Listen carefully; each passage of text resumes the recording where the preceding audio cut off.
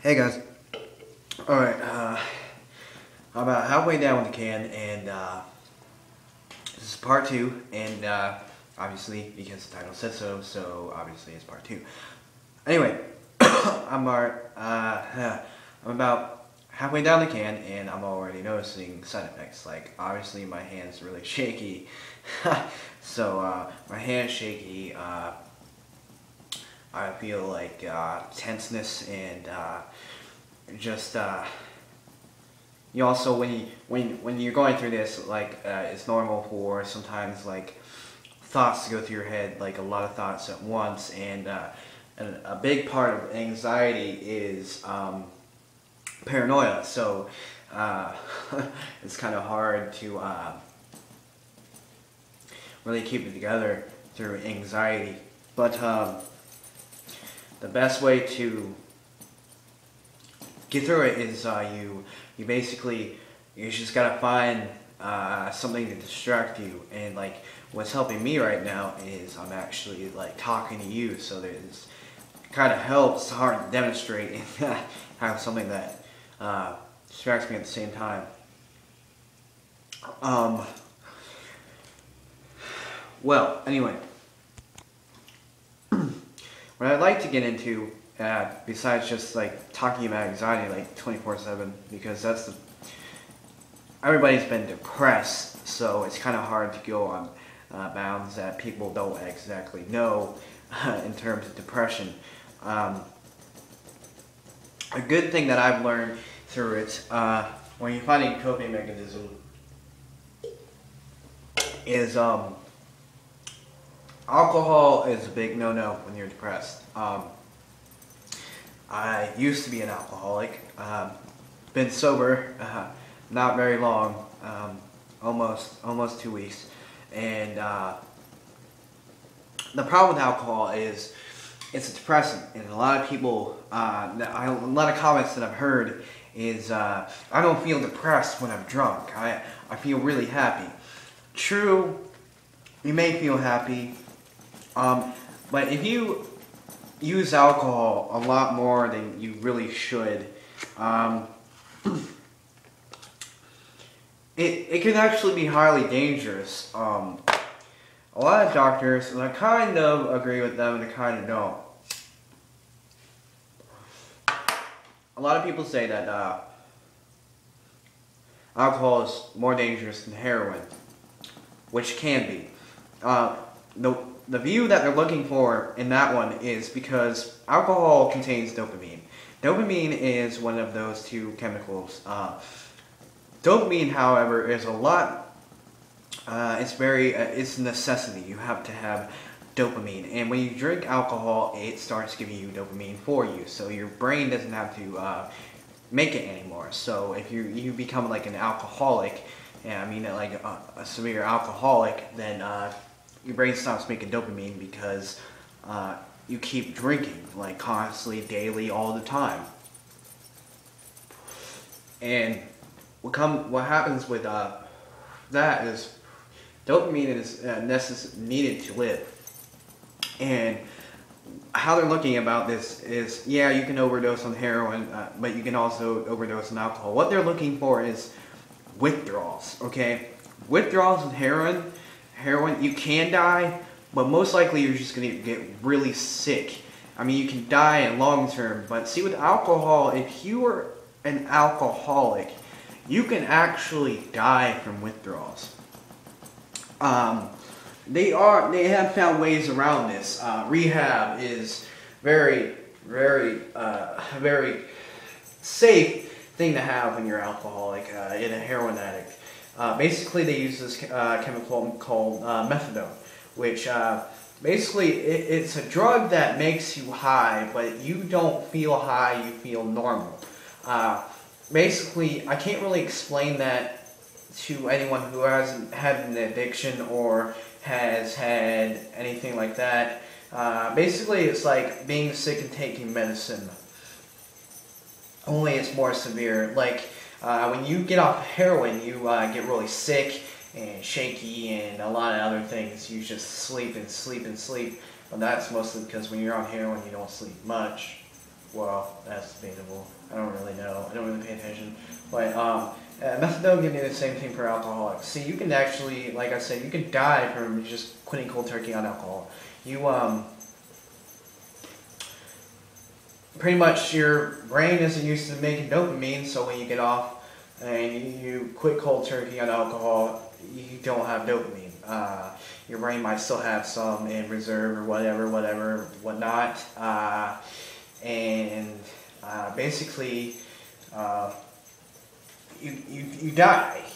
I'm gonna like go on and like freak out if you have an alcoholic family member who's gonna quit cold turkey. I'm not saying, and this is for like severe alcoholics and such. It's better if you have an alcoholic and you have rehab and some like medical attention. It's a really good thing. But anyway, I just got off topic again. I truly apologize. But anyway, coping. You really want to find the best ways to cope with depression. And a lot of people, I do support the use of marijuana, okay? And I'm going to explain this basically in a short view because I've done a lot of research on it. And there's nothing to really prove that it hurts you. But I wouldn't suggest it with clinical depression because if you, with your clinical depression, you have anxiety as a symptom, marijuana can cause paranoia. If you have paranoia, it's going to lead to anxiety. If you get paranoia, you're going to have anxiety attacks, and it's not going to make it very good for you.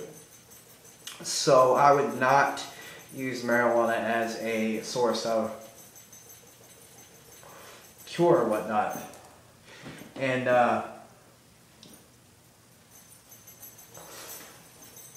basically, the reason, I'll share a little piece of advice, a little piece of my world with you. I would be considered one of those people who are quote unquote born with depression. Now, with that said, it's not like you just wake up, you're born as a child, and as a child you're depressed. What it is a gene inside your, like, it's a gene in your DNA, like, it's hereditary. Basically, in my family, I have a lot of mental issues inside the gene pool. Schizophrenia, bipolar, depression, all kinds of things that passed down. And one of the major ones is schizophrenia.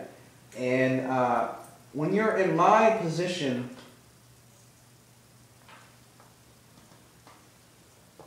you're considered a borderline schizophrenic, especially if there's a heavy number of schizophrenics in your family.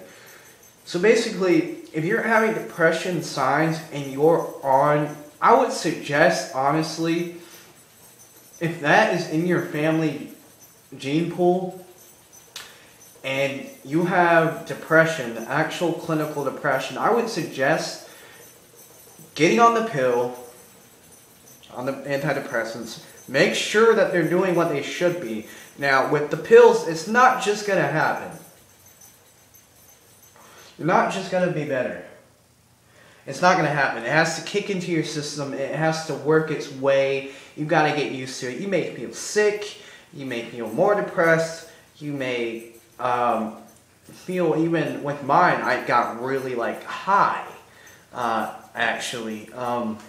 And for one of those people, if you're a person who likes to get high, you're watching my video, do not get high on purpose on antidepressants. It will kill you. Especially on mine, which was a high dose. It said in the boldest lettering I've ever seen in my life, do not take more than 1 pill a day. It will kill you. That serotonin and dopamine are two chemicals that are highly dangerous to fuck with in your body. And I would not suggest you mess with them. And that's why I also don't suggest you jumping to the conclusion, because if you're not depressed and you're taking these, they can make you even more depressed And then the suicidal thoughts will be suicidal tendencies. And then you take those pills and you're done. There's like, if you do that to yourself, I hope that someone is there to realize, hey, you just took these pills, because if not, you're done, you're gone, it's over. Which I really hope that I wouldn't go to that situation. Schizophrenia is one of those things. If you notice you have schizophrenia, you need to be on pills. There is no getting away or getting around it. If you notice that you are, a good way to know if you're having a mental issue is isolation, ambition, fatigue, and obviously happiness. If you're feeling a lot of this and you're kind of like going most of the people in the world that are going crazy and killing people are the ones who are anti-social, and they are, just not recognizing the signs. With due time, if they would have recognized they needed help, it would have been better. With schizophrenia, though, you will never be cured, but that doesn't mean you should off yourself. I have a family member who is schizophrenic, and with those pills, she's completely normal. It's just one of those things where it's like diabetes. You need insulin. Sure, you're not normal, but it's something you can get around, and you're pretty much normal. You're just a little broken, I mean, you're still a person. Everybody has their imperfections, but you will have to be on pills. If you're seeing people, hearing voices, such and so forth, you need help. That is one of the reasons that I got on, because I am borderline schizophrenic, and I started noticing a lot of things. A good way to pay attention to this, I've noticed, with not just myself, if you're a person who, especially an antisocial type of person, all you have to do is to sit there and think, and what will happen is you'll start having daydreams, and sooner or later, if you actually pay attention, daydreams will tend to start to become reality there for a while for you. And then you'll see things that aren't supposed to be there, like breathing walls or sparkling floors. Yes, I've seen these. That is why I personally got on the pills, because I did not want that to escalate and then I would have full-blown schizophrenia. Schizophrenia and depression, I personally believe depression can lead to schizophrenia. Especially with trauma. If you have trauma in your life and it's dragging you down, I would suggest you get help. Get help as quickly as you can. Not like medical help, but like counselors or friends or someone who actually has dedicated time to sit there and talk to you and actually have an open mind and talk to you about these issues. But anyway, I'm going to lead to part 3. In part 3, I'm going to kind of like end it for us. I know this is kind of a long video extension, but I think that I kind of can help. Yet again, no editing. Anyway, like, subscribe, comment. Thank you. Gotta go. Bye.